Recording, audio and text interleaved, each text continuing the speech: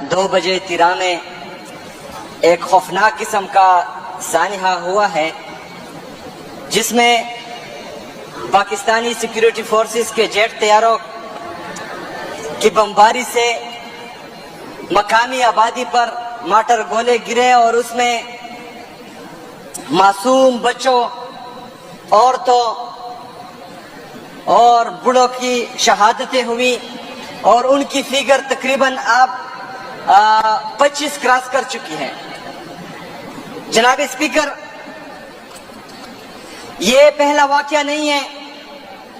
इससे पहले जिला खैबर में अलमगोदर के मकाम पर सिक्योरिटी फोर्सेस की जानिब से ये अलगार किया गया, उसमें भी मासूम लोगों की जानें गई, मासूम लोग शहीद हुए। उसके बाद सिक्योरिटी फोर्सेस की फायरिंग से कमराबाद में मासूम लोगों पर बमबारी की गई, उन पर फायरिंग की गई।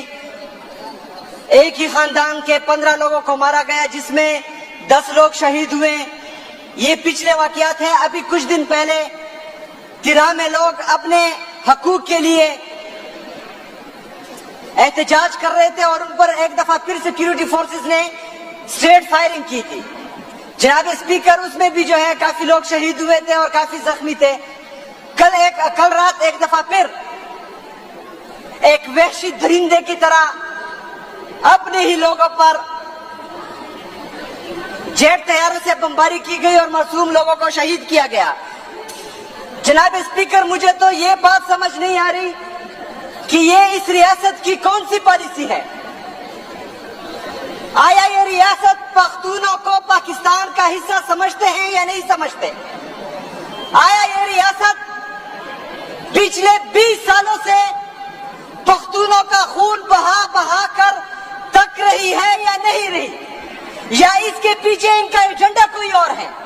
जिस तरह बलूचिस्तान में आजादी की तहरीकें शुरू हुई, जिस तरह सिंध में सिंधी देश का नारा लगा, जिस तरह पंजाब में जाग पंजाबी जाग का नारा लगा, इस तरह पख्तूनों को भी एक तरफ लेके जाया जा रहा है या नहीं?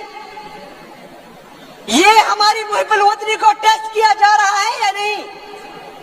मुसलसल हम पर 20 सालों से ये जुल्म हो रहा है। 80,000 जानों से ज्यादा नजराना हम इस पाकिस्तान के लिए, पाकिस्तान के अमन के लिए पेश कर चुके हैं। उसके बाद भी जो है हम ये कुर्बानियां दे रहे हैं। कुछ दिन पहले ख्वाजा आसिफ का बयान आता है कि अफगानिस्तान हमारा दुश्मन मुल्क है। उसके बाद अमेरिका के प्रेसिडेंट का बयान आता है कि अफगानिस्तान में हमें एक दफा फिर एयरबेस चाहिए। अगर 9/11 के बाद एक पॉलिसी बनी जिसमें पख्तूनों का सौदा किया गया, उनके सर का सौदा किया गया, और आज एक दफा फिर अमेरिका अफगानिस्तान में कुछ चाह रहा है और हमें एक दफा फिर ईंधन बनाया जा रहा है, तो हम वाज़ेह अल्फाज में ये पैगाम देते हैं कि हमारे पख्तूनों का खून मजीद हरगिज़ सस्ता नहीं होगा। हमारे पख्तूनों का खून हरगिज़ नहीं बहेगा।